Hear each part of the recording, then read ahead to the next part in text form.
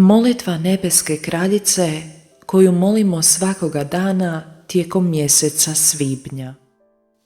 Bezgrešna kraljice, moja nebeska majko, dijete tvoje dolazi pred tvoje majčinsko krilo, u mjesecu koji je tebi posvećen, da se preda u tvoje ruke i žarko moli najveću od svih milosti. Dopusti mu da živi u kraljevstvu Božje volje. Sveta majko, ti koja si kraljica u ovome kraljevstvu, dopusti da prebivam u njemu, da ono više ne bude pusto, nego nastanjeno tvojom djecom. Predajem ti se, uzvišena kraljice, da upraviš moje korake u kraljevstvo božanske volje. Čvrsto me držeći svojom majčinskom rukom, upravljati ćeš svim mojim bićem da bih mogao živjeti vječnim životom po božanskoj volji. Bit ćeš mi majka i ja ću ti predati svoju volju kako bi je ti u moje ime zamijenila božanskom voljom. Tako ću biti siguran da nikada neću izići iz njezina kraljevstva. Stoga te molim da me prosvijetliš kako bih razumio značenje božanske volje. Zdravo Marijo, milosti puna, Gospodin s tobom, blagoslovljena ti među ženama i blagoslovljen plod utrobe tvoje, Isus. Sveta Marijo, Majko Božja, moli za nas grešnike, sada i na času smrti naše. Amen. Svibanjski cvjetić. 3 puta na dan, ujutro, u podne i uvečer. Uspni se do koljena nebeske majke i u njezinom zagrljaju uputi joj ove riječi. Majko moja, ja te ljubim. Ljubi i ti mene i daj mojoj duši gutljaj božanske volje. Blagoslovi me da bi sve što činim bilo pod tvojim majčinskim pogledom. 28. dan. Nebeska kraljica u kraljevstvu božanske volje. Čistilište. Iščekivanje. Pobjeda nad smrću. Uskrsnuće.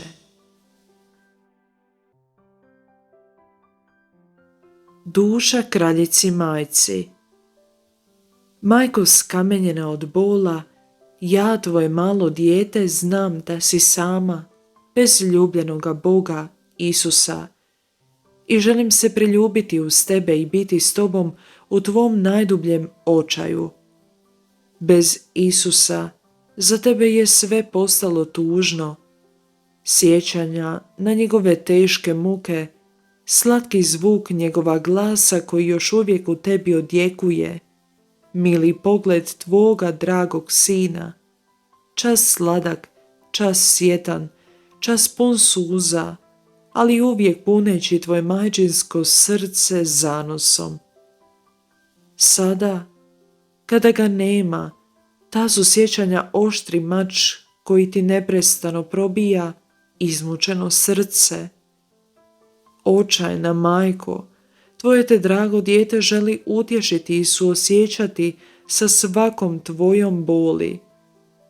Zaista bih htjela biti Isus i pružiti ti svu ljubav i utjehu, olakšanje i sućut koju bi ti u ovom teškom času pružio Isus. Slatki Isus me je dao tebi da ti budem dijete i zato me stavi na njegovo mjesto u svoje majčinsko srce, da majci budem sve. Obrisat ću ti suze i uvijek ću biti s tobom. Nauk ucviljene majke i kraljice.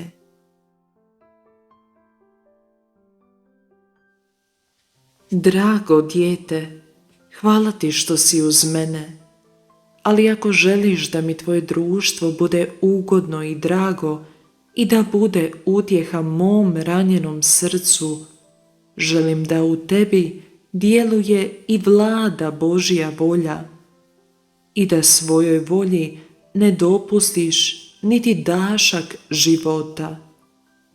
Da, onda ćeš mi biti zamjena za Sina Isusa. Kada njegova volja bude u tebi, po njoj ću u tvom srcu čuti Isusa. Ah, koliko ću sretna bit kad u tebi ugledam prvi plod njegovih patnji i smrti. Kad u svome djetetu nađem mog voljenog Isusa, moja će patnja postati radost, a moja žalost pobjeda. Poslušaj me, dijete mojih žalosti. Čim je moj sin izdahnuo, spustio se u čistilište kao onaj koji nosi pobjedu, slavu i radost u taj zatvor gdje su bili svi patrijarsi i proroci. Prvi otac Adam, dragi sveti Josip i moji sveti roditelji, kao i svi koji su zbog budućeg otkupitelja bili spašeni. Uvijek sam bila uz Sina, čak mi ga ni smrt nije mogla oduzeti. Zato sam ga, premda u dubokoj žalosti, slijedila u čistilište i promatrala veselje i zahvalnost koje je to veliko mnoštvo izrazilo mojemu sinu, onome koji je toliko patio i čiji je prvi korak bio upravljen k njima, ne bi li ih učinio blaženim i poveo ih sa sobom u nebesku slavu. Dakle, njegovom je smrću odmah počela pobjeda i slava, kao i slava svih onih koji su ga ljubili. Drago dijete, ovo je simbol onoga stanja kada volja bića umre, da bi se sjedinila s Božjom voljom i u kojem počinju pobjede božanskim redom, slavom i radošću, čak i usred najveće žalosti. Premda je moj duh slijedio Sina i nikada ga nisam gubila iz vida, u ta sam 3 dana dok je bio u grobu osjećala tako vruću želju da ga vidim uskrsloga, da sam svim žarom svoje ljubavi neprestano ponavljala: uskrsni, slavo moja, uskrsni, živote moj. Moje su želje bile žarke, moja čežnja goruća, te sam osjećala da ću izgorjeti. U tim sam nemirima vidjela Isusa, okružena velikim mnoštvom, kako pobjednički izlazi iz čistilišta i dolazi do groba. Bilo je to u svitanje 3. dana. Kao što ga je sva priroda prije oplakivala, tako se sada radovala. Sunce je ubrzalo svoj izlazak kako bi prisustvovalo trenutku kada moj sin ustaje iz mrtvih. Ali kakva li čuda!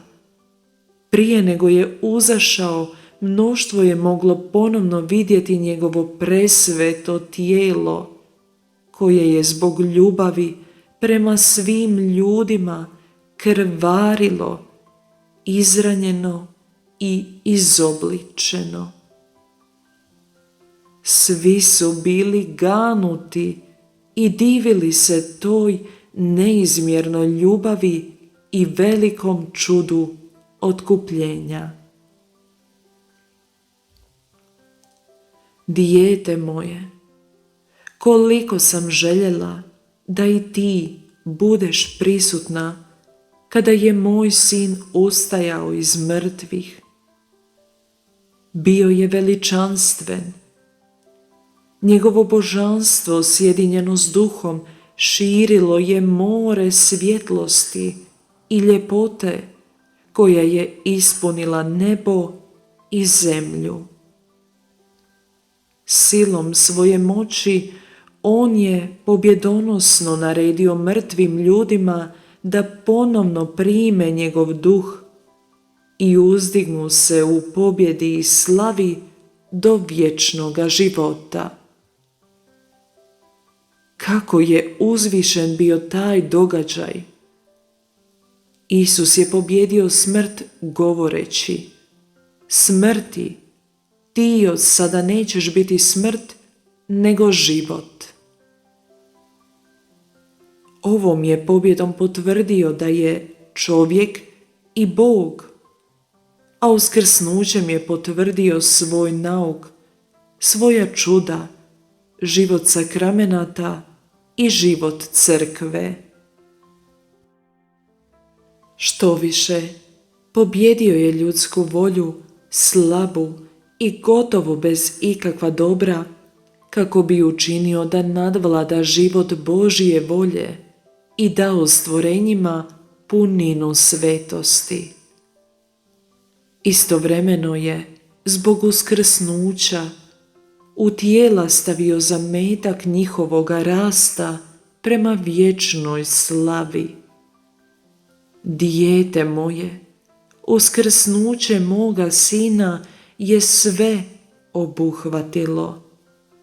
To je najvažnije djelo koje je izvršio iz ljubavi prema stvorenjima.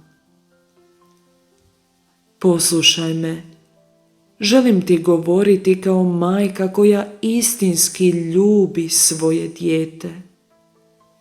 Želim te podučiti što znači vršiti Božju volju i živjeti po njoj. Pričam ti primjerom kojeg smo ti o njoj dali moj sin i ja. Naš je život bio pun boli, siromaštva, poniženja. Čak sam vidjela i smrt ljubljenoga sina. Ali u svemu tome je bila Božja volja. Ona je bila život naše patnje i mi smo se, mijenjajući samu smrt u život, osjećali pobjednicima. Videći svo dobro, mi smo dobrovoljno prihvatili patnju. Kad je Božja volja u nama, nitko ne može biti iznad nje, ni iznad nas. Patnja je bila u našoj moći i mi smo je tražili kao hranu i pobjedu otkupljenja, da možemo donijeti svako dobro čitavome svijetu.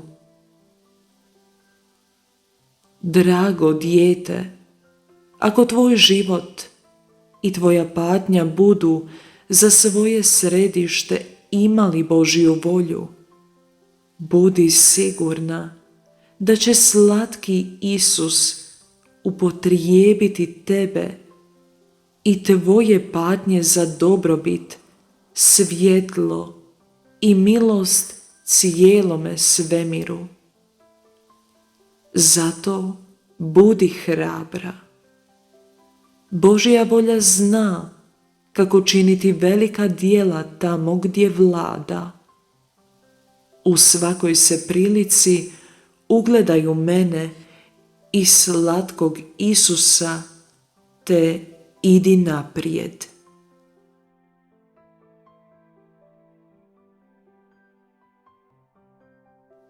duša.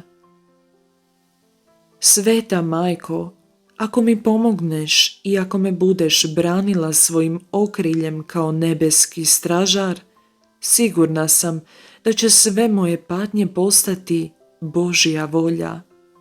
Slijedit ću te korak po korak na beskrajnim putevima Božje volje. Znam da će tvoja divna majčinska ljubav i tvoja moć nadvladati moju volju, da ćeš je držati u svojim rukama i da ćeš je za mene zamijeniti Božjom voljom. Zato se, Majko, povjeravam i predajem u tvoje ruke. Cvjetić.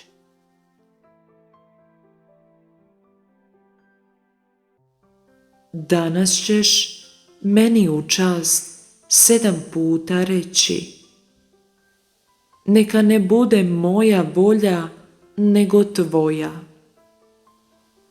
I prinoseći mi moje žalosti kao žrtvu, moliti za milost da uvijek činiš Božju volju.